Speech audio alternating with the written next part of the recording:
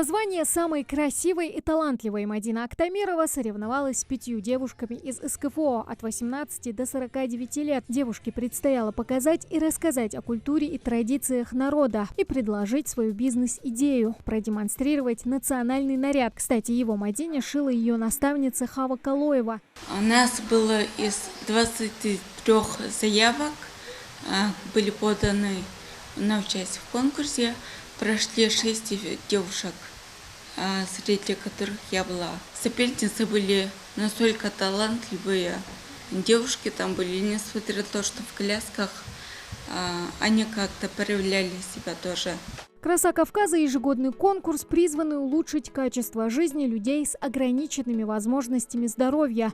Мадина Актамирова стала победительницей конкурса и лучшей в номинации «Мисс Доброта». Для нее такой успех стал полной неожиданностью. Я до самого последнего Хава свидетель. Я до последнего думала, когда же уже меня назовут.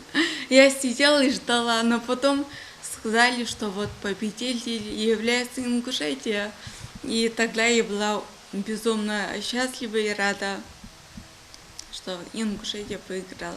Я-то знаю, что обычно про первое место, кто занимает, да, его последним объявляет. Но она, видимо, не знала. Я наблюдаю, всех награждают, поощряет. Мадина сидит, улыбается, потом смотрит, что-то грустное лицо. И потом в конце такие овации, и когда объявили, что победительница наша Мадина Актамирова, Республика Ингушетия, мне прям дух другой. Оказали поддержку финансовую, правительство наше, глава поддержал. Я безумно рада этому, благодарна.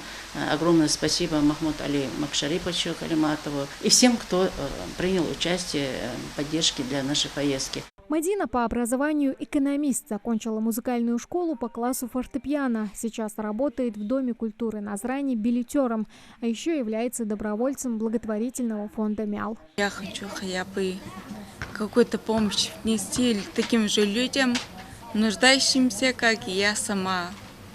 Наверное, поэтому, да, помогать другим нравится.